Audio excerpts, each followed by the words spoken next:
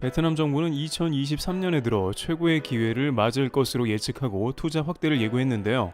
이는 미중 갈등과 우크라 러시아 전쟁으로 인해 많은 국가들이 탈중국을 계획하고 있으며 중국에서 나온 복수의 기업들이 베트남에 대거 몰려든다는 기대감에 부풀었기 때문입니다. 블룸버그 등에 따르면 세계 최대 공장이었던 중국은 여러 가지로 부적합하다는 평가를 받는데 팬데믹으로 3년간이나 봉쇄를 했으며 물류나 공장 자체가 돌아가지 않아 버렸으니 중국 기업들은 물론이고 상당수 외국 기업들은 막대한 피해를 봐 저절로 짐을 싸게 됐습니다. 물론 중국은 공장을 돌리고 그나마 서방보다 저렴한 인건비의 장점이 없지는 않은 데다가 결정적으로 생산 인프라는 다른 동남아에 비해 가장 발달했기 때문에 포기하긴 쉽지 않습니다. 그러나 코로나 제로와 같은 정치적 리스크가 생겨버리면 앞으로도 장담을 못하게 됩니다. 또한 최근 미 정부의 강력한 중국 제재 법안인 IRA는 반강제로 중국을 벗어나게 했는데 이것이 베트남에게 가장 큰 호재가 되었고 베트남 정부는 관련 준비에 들어간 상황입니다. 실제 베트남 정부는 발빠르게 움직이면서 호치민의 롱탄 신공항 진행을 서둘렀습니다. 중국향 물류가 줄어드는 대신에 베트남의 물류가 폭증할 것을 미리 대비하자는 취지였으며 미국의 페덱스와 같은 거대 항공 물류 기업도 아시아 허브로 활용할 계획이었다 밝혔습니다.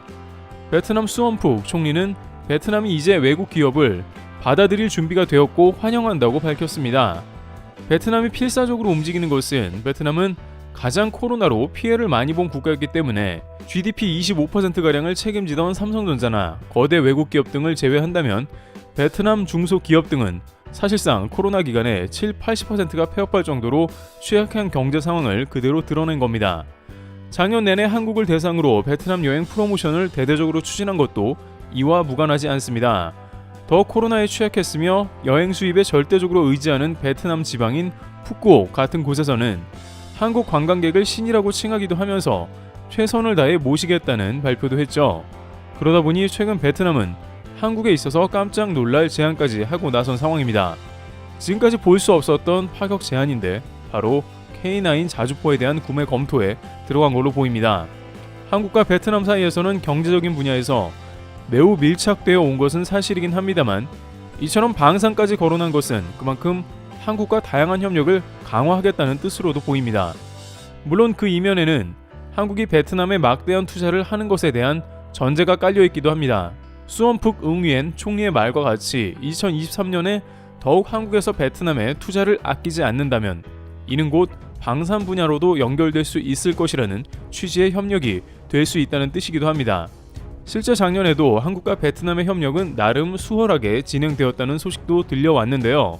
작년 8월에는 베트남의 화력 발전소를 한국의 현대건설이 컨소시엄을 구성해 1조 원에 수주했는데 이처럼 베트남의 가장 필수적인 인프라를 비롯해 신도시 사업도 한국이 맡는 모습이 포착되었습니다.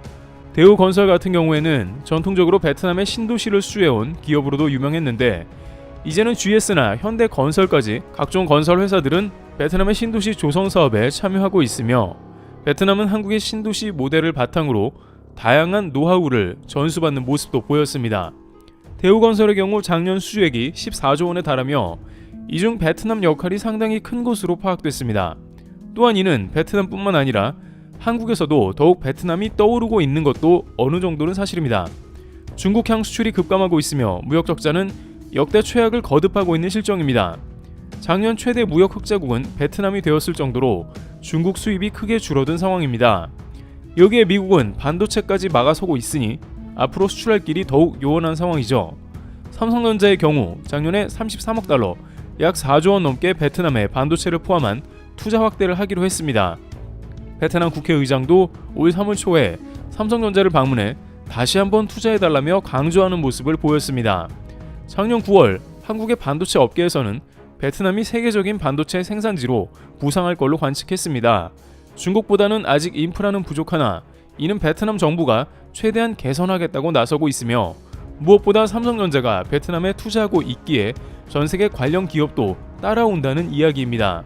메모리 업계의 삼성 효과는 잘 알려져 있듯이 한국에는 이미 대형 클러스터가 조성되어 있고 미국과 일본 등 대형 반도체 장비 회사들이 삼성 근처에 둥지를 틀고 시설을 확대하고 있습니다. 국외에서는 중국이 그러한 역할을 담당하는 허브가 되었다가 이제 베트남으로 옮긴다는 것이죠. SK 하이닉스는 더욱더 베트남의 시설 확충을 검토 중인 것으로 전해지고 있는데, 하이닉스는 중국에만 라인이 몰려있기 때문에 제3의 기지로 베트남을 염두에 뒀다는 겁니다.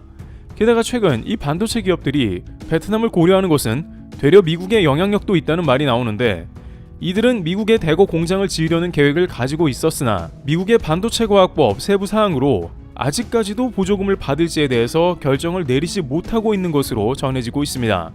미국은 보조금을 이유로 반도체 기술 공유라는 치명적인 독소 조항을 넣어놨기 때문이죠. 따라서 이 업체들은 바이든 재선의 야욕이 포함된 반도체 과학법을 잠시 피할 수도 있다는 겁니다. 그러다 보니 중국이 아닌 생산기지로 저렴한 베트남이 거론되는 것은 당연한 국면이기도 합니다. 영국의 시장조사업체 테크나 비오에 따르면 베트남 반도체 시장은 2025년까지 가파르게 상승하는데, 이는 중국에 몰려있던 시설들이 대거 베트남에 이전할 가능성이 큰 것으로 판단한 겁니다. 이러한 분위기가 전개가 되다 보니 베트남 정부는 더욱 고무되며 인프라 확충을 약속했습니다. 도로를 정비하고 공항이나 발전소를 통한 전기 공급 등 외국 기업의 입점을 최대한 돕고 어떻게든 투자를 받기 위해서 방안을 했으며, 동시에 방산 물품도 구매하겠다는 포부도 밝힌 것이죠. 그런데 이러한 상황에 베트남 정부에 찬물을 끼얹는 한국 관련 소식이 전해졌습니다. 베트남 기획투자부는 지난 1분기 통계를 발표하고 침통한 분위기에 휩싸였다고 전해집니다. 해당 부서의 외국인 투자 통계에 따르면 올해 1분기 한국 기업들의 투자 금액은 4억 7,440만 달러로 작년 동기 16억 680만 달러 대비 무려 70.4% 감소하면서 한국 투자가 쪼그라든 것입니다. 전체 투자 프로젝트 수도 16.9% 줄어든 344건으로 집계되면서 전반적으로 축소됐습니다.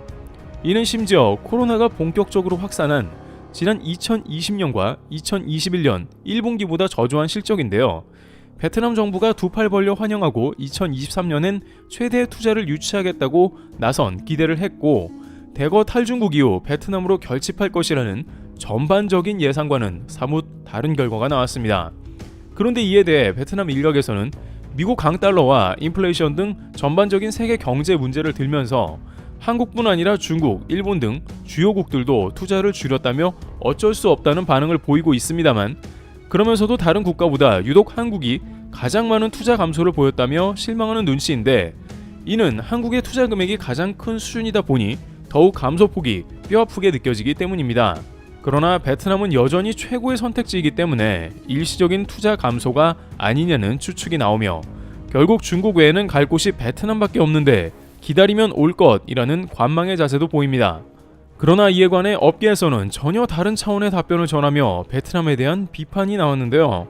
한국을 비롯한 주요 국가의 기업들의 베트남 투자가 급감한 것은 노동 허가 및 소방시설 승인 등과 관련한 당국의 각종 규제 강화와 무관하지 않다는 게 현지에 진출한 기업 관계자들의 지적이었습니다. 업계 관계자는 현재 고금리로 인해서 자금 조달이 다소 원활하지 않는 점이 있다고는 하지만, 정작 베트남 현지 사업이 꺼려지는 것은 베트남 당국의 각종 인허가 때문이라면서 사업 한 개를 하더라도 검토하며 승인되기까지 하세월을 기다려야 하는 경우가 많다는 겁니다. 소방 승인은 한국의 경우 대부분 일주일 내외 요건을 갖추고 검토되면 마무리가 됩니다만, 베트남에서는 오히려 소방 관련 규제를 강화해 더욱 예전보다 힘들게 해놓은 게 사실이며, 현지 파견되는 인원들의 비자 문제도 까다로워 예전보다 더욱 힘든 환경이 됐다는 겁니다. 게다가 베트남 당국의 고위 관계자들의 뇌물 관련 요구도 암암리에 일어나는 게 사실인데, 최근 하노이 공항 등에서 여행사 등을 대상으로 거액의 뒷돈을 수령한 것이 사회 문제가 되기도 했죠. 또한 포스코나 현대건설 등 복수의 기업은 현지 거주민과의 다양한 민원 등으로 인해서 관련 건설이 멈추는 경우도 다수 경험했으며, 여기에 각종 비용 체불도 지속적으로 발생했습니다. 그러다 보니 베트남 투자 환경이 불안함으로 연결되어 투자 감소에 큰 영향을 끼쳤다는 얘기인데, 중국이 불안해서 베트남으로 가려고 했더니 베트남도 다를 게 없다 혹은 더 심하다라고 하니 기업 입장에서는 당연히 베트남 투자를 검토하고, 그러다 보니 투자 감소로 연결되고 있는 상황이죠. 실제 한국 기업들은 누구보다도 코로나 기간에 베트남 정부의 간섭을 제대로 체험하기도 했는데요. 가장 많은 기여를 한 국가임에도 불구하고 4주간의 격리 기간은 물론이고 다양한 제재가 한국 기업들의 발을 묶어놓았기에 오히려 규제가 강화되자 다들 얼어버린 상황입니다. 이에 대해 일각에서는 어쩌면 중국 다음의 행선지가 반드시 베트남이 아닐 수 있다는 말도 나옵니다. 결국 자국이 아닌 타국에서는 반드시 손해를 보게 되는 상황이 생기고 심지어 미국도 그랬기에 앞으로는 많은 업체들이 국내 쪽으로 리턴하거나 해외에는 필수 생산 시설만 최소화할 수 있다는 얘기이고 삼성전자도 그러한 맥락에서 국내 300조 원 파운드리 투자 계획 발표가 있었다는 것이죠. 이와 같이 베트남 당국은 탈중국 호재가 생각보다 별로라는 성적표를 받아들이고 당황하고 있습니다. 소방이나 비자 등의 규제를 완화는커녕 오히려 강화했기에 앞으로 더욱 투자가 감소할 걸로 보입니다. 트리블TV였습니다. 감사합니다.